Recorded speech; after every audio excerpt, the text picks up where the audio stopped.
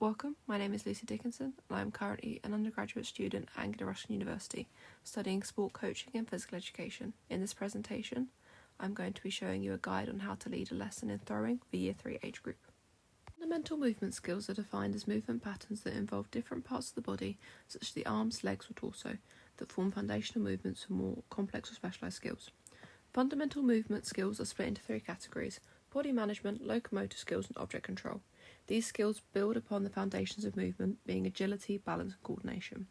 The Department of Education suggests that fundamental movement skills are essential, as they provide the building blocks for both movements that we may need at various points in our lifetime, as well as underlying specific sporting skills needed to participate in certain activities.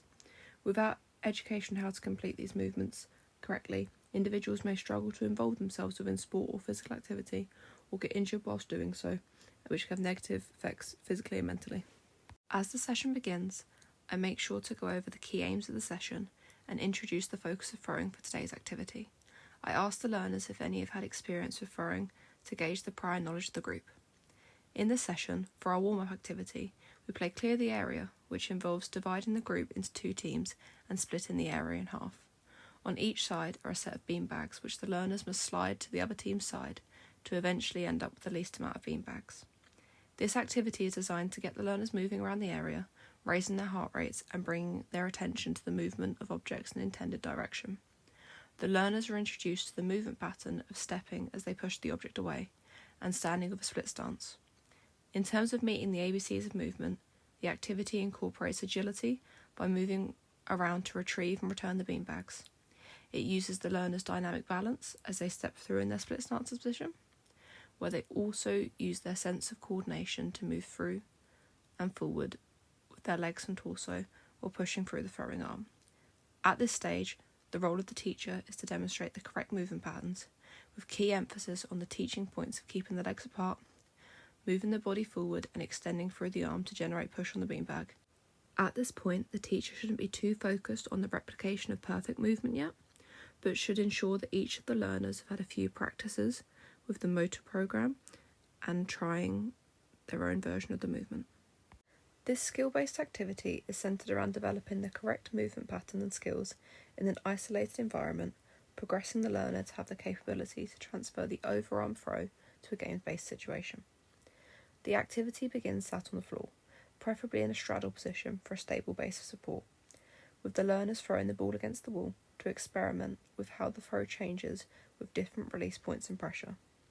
The learners are introduced to throwing overhead, with no pressure of catching the ball to allow them to feel confident enough to extend their throw outside of their catching abilities. The activity then progresses to standing wall throws, where the learners have a less stable base of support and need to be able to balance as they move their body to throw. Here, learners are encouraged to set individual targets on what zone of the wall they want to hit. For confident learners, having visual targets to stick to the wall will be beneficial to helping the learners recognise the accuracy and consistency of their throws. The activity then finally moves into the hoop throw, giving all of the group a set target to throw at. In this session, I allowed learners to choose between shooting in the actual hoop or in the adapted hoop, based on the challenges they thought for them. The progression in the activities build on the coordination required to throw the ball, to include more agile and balance elements as the learner becomes more confident with the motor program and steps that make up the skill. It is important that throughout the activities, the focus is on the learner's ability to throw, rather than their ability to replicate a technique from sport. At this stage, the games put in place want to develop the fundamental skills for later sporting purposes, but these skills should not be limited to a single sport. This is especially in the early stage of Key Stage 2, where the quality of fundamental movement skills should not be rushed and left uncorrected before put into practice with proper sports. The final activity in this session is Target Count-Up, which involves learners throwing a ball at a standing target in order to gain individual points. This activity can be replicated with a variety of differently laid out or sized targets for as long as there are different colour zones for the learner to hit. In this activity, the learners need to bring together their rehearsed skills to select appropriate targets and hopefully be able to hit them with their overarm throw. It adds some challenge where this is now a variety of targets with different values, whilst not being too great of a progression from the skill-based work. The game incorporates the developed agility and balance progressions made earlier, alongside the coordinated use of the body to push and release the ball. It does this without advancing into specific sporting techniques, and allows the skill to be corrected in its fundamental motor program. As discussed earlier, the work of Barnett et al. 2016 suggests that bringing a specific sporting context into a fundamental movement skill too early takes away the fundamental aspect of the movement. The game, or any game applied to the education of the overhead throw, should leave the skill transferable to multiple sports, such as netball, javelin, or shot put. It is key that the teacher in the session corrects any aspects of the skill in line with the teaching points, rather than in line with any sporting rules of the technical guides.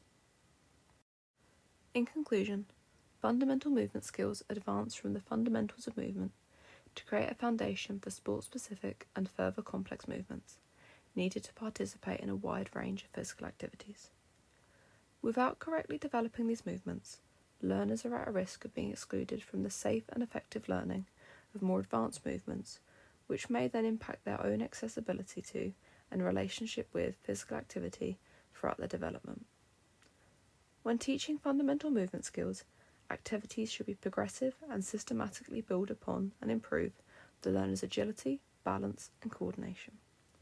Fundamental movement skills should not be taught through specific and technical sporting activities that do not correctly educate the motor program in a way that allows for the transfer of learning between activities. Thank you for listening to this presentation.